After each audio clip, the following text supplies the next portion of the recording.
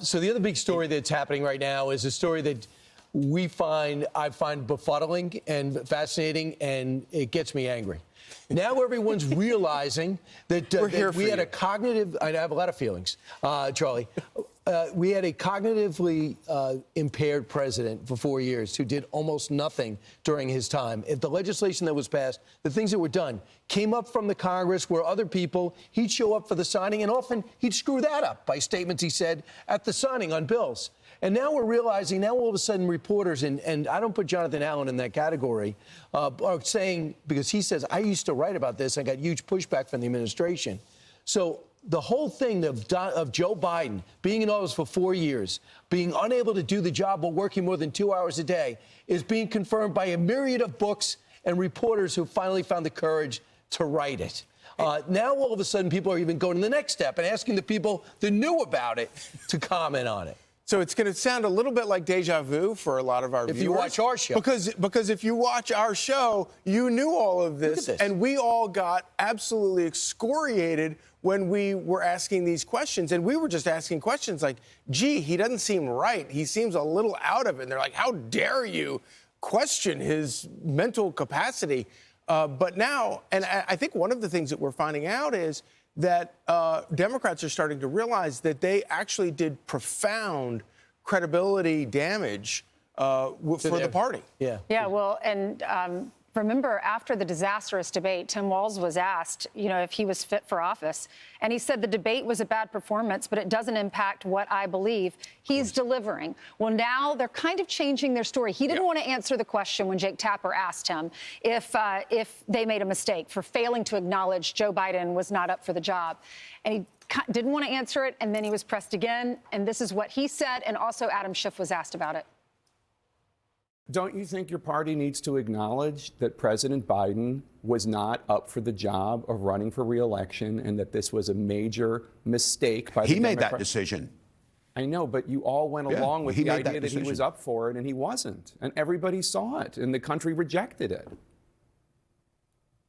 Yeah, well, look, history will tell us to go back on that. That very well could be the case, Jake. What I'm concerned about is learning from those lessons. I would hope we would never do it again. It's hard for me to gauge what the closest advisors of the president were seeing at the time. I can only speak to the interactions that I had with him, which were, in the months leading up to his getting out of the race, largely ceremonial occasions. But I will say this. He made the decision to get out of the race. I think that was the right decision. Okay, a couple of things. Tim Walz was Joe Biden's defender up until the time he dropped out. He was on with Shannon Bream a week before saying this guy has never been better. So he's lying. That long pause was him going, should I act like a knucklehead? Wait a minute. And say exactly what I'm thinking, which he calls himself. And then for Adam Schiff says, I only had a couple of interactions with the president, mostly ceremonial. Really? You don't have any sources in the White House that would tell you the president's asleep during the day? He needs name cards for his own cabinet and doesn't have any idea what's going on with the election. So, and he's got, and Joe Biden's family on top of that allowed this to happen. So you have all these books coming out, and they are not according to sources. They are the sources. They are going right to the people, and these people are saying it. And if they weren't telling the truth, that they were misquoted, Barack Obama would be out and about, George Clooney would be out and about. They know. They know what happened behind the scenes. Well, you've seen Jonathan Allen all over our network. He wrote the book. It's called Fight. And he talks about interviewing different people behind the scenes, some of the leaders. He talked about how Joe Biden had to wear makeup when he went on trips, foreign trips. And that was what he had to do first. He had to get his makeup done. Sometimes he was late because he was doing his makeup to try to cover up. But he looked so age. handsome when he was done with his makeup. They talked about how Barack Obama and Nancy Pelosi did not want him to run for re-election. All this is coming out after they lied to the American people. Here's Jonathan Allen. The state directors in these big important swing states, for months, we're not seeing internal polling before, even before the Biden-Trump debate. The campaign leadership was not telling their people on the ground where the race stood. And the reason for that, the biggest reason for that was that Trump was already beating Biden.